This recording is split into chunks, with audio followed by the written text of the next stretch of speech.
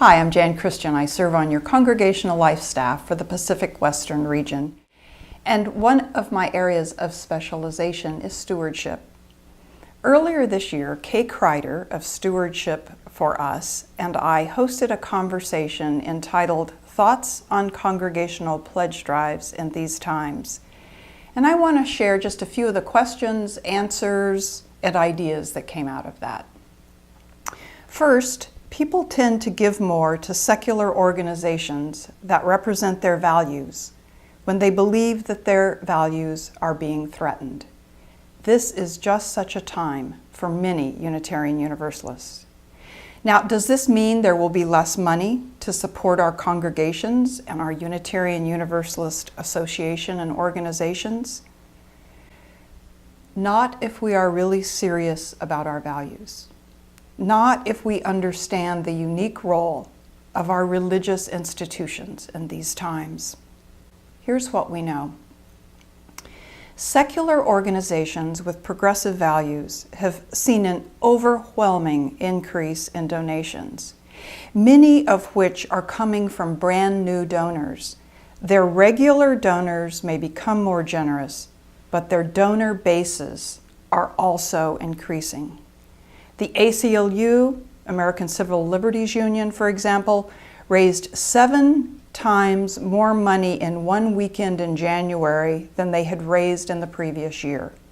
Many of those people were new donors. The donor base in our congregations is, for the most part, not increasing. Yes, we are seeing an uptick in visitors in recent months, but many of our congregations are reporting a loss of large donors in the recent past due to illness and death. And that trend will continue. There has never been a time when it was more important to support our institutions.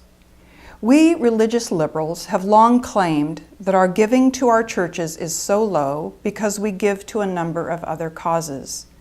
The research just doesn't bear this out.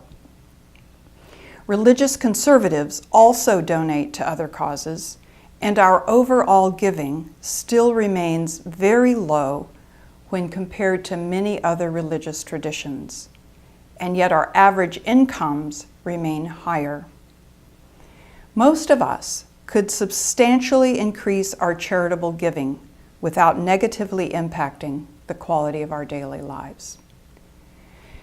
We also know that the contributions of our congregations is unique. We provide a way to keep people connected to their deepest values and a way for people to learn to walk together, no matter how difficult the way. We provide what can sustain us, though the path be hard and long. We continue to live off of the generosity of those who went before. Others have sacrificed for this tradition, even giving their lives. Others have shared their time and treasure to make possible what we have today. It is our turn. These are turbulent times. In a time of me first, we hold a greater truth about interdependence.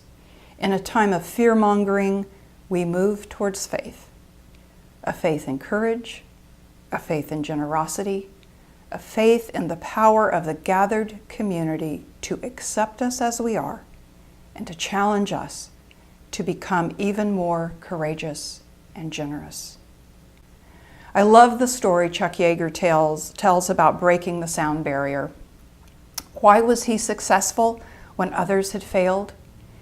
Because he said, before you break the sound barrier, it feels like the plane is falling apart, and that's when others slowed down. That's when he kept going. And so must we. Imagine that everything in our collective pasts, everything in our tradition has prepared us for this moment. A moment future generations can look back on and say, that was the moment. That was the breakthrough moment where new things became possible. They persisted. They met the challenge. May it be so. And I close with these words. From the poet Donna Markova. I will not die an unlived life. I will not live in fear of falling or catching fire. I choose to inhabit my days, to allow my living to open me, to make me less afraid, more accessible, to loosen my heart until it becomes a wing, a torch, a promise.